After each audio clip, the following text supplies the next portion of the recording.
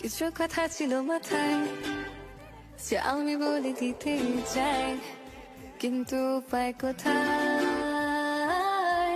আরে হায়, পাতা কেন তোমায় নাই? টেক্সটারিং খোদায়ও নাই, কেমনে বলি তোমায় পাই? না প্রথম দেখাতে ভালোবাসিনি আমি, তবে ধীরে ধীরে জাগলো এই অনুভূতি। আমি সারাদিন ভেবে এইভাবে